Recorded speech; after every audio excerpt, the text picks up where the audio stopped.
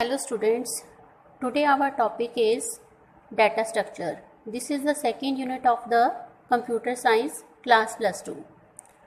Data structure is the organization of data and the allowed operations on it. मतलब data किस तरह से organise है और उस पर कौन कौन से ऑपरेशंस हम कर सकते हैं उसे बोलते हैं data structures. Data structure is equal to allowed operation plus organized data. Now we will discuss the types of data structure. The first type is the linear and non-linear data structure. In the linear data structure, when the data is organized in a sequence, it is called linear data structure. The example is array. The second is non-linear data structure, where the data is not in a sequence. For example, tree.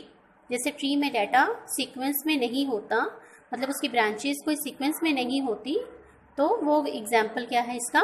Tree. Second है हमारे पास homogeneous and non homogeneous data structure. Homogeneous data structure में जो data है एक ही तरह का होता है, चाहे आप उसे इंटीजर कंसीडर कर लो, चाहे फ्लोट कंसीडर कर लो, चाहे कैर कंसीडर कर लो, एक ही तरह का डाटा अवेलेबल होता है. नॉन होमोजीनियस में जिसमें हम अलग अलग तरह का डाटा ले सकते हैं, जैसे इंट, कैर, फ्लोट, तो वो क्या हो गया हमारे पास? Non homogeneous data structure. Third है हमारे पास primitive and non primitive. In the primitive data types या डाटा स्ट्रक्चर्स में जो वैल्यूज एटॉमिक हैं, इंडिविजिबल हैं, वो क्या है? Primitive data type. और जिसमें वैल्यूज एटॉमिक नहीं है वो क्या है? नॉन प्रिमिटिव डाटा टाइप, जैसे कि रिकॉर्ड्स हो गया, स्ट्रिंग हो गया. नेक्स्ट है static and dynamic data structure. In the static data structure whose memory and memory location are fixed at the compile time.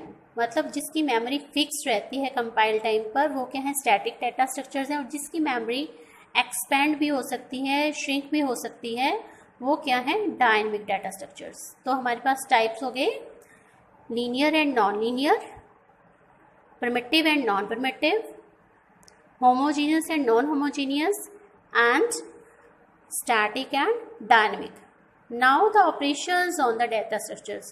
Data structure में हम कौन कौन से ऑपरेशंस कर सकते हैं?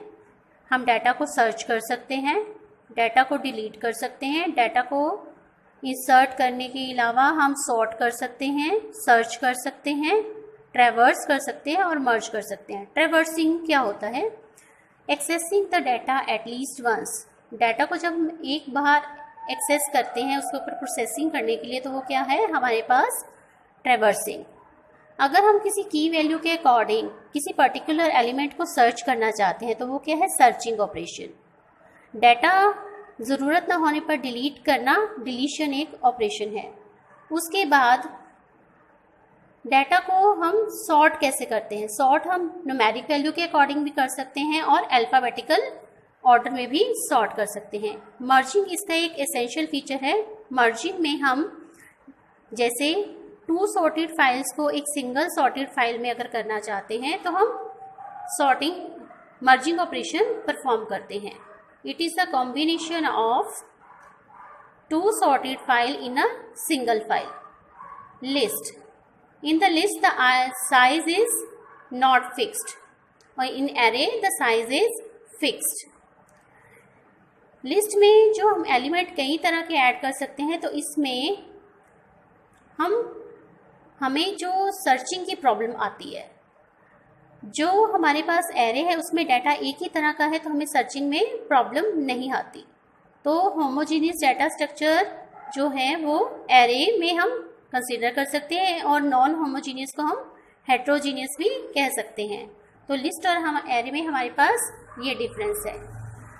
नेक्स्ट टाइम बेटा हम डिस्कस करेंगे what are the searching techniques. Searching techniques हमारे पास दो तरह की होती हैं, लीनियर सर्च और binary search. Later on we will discuss it. Till then, thank you.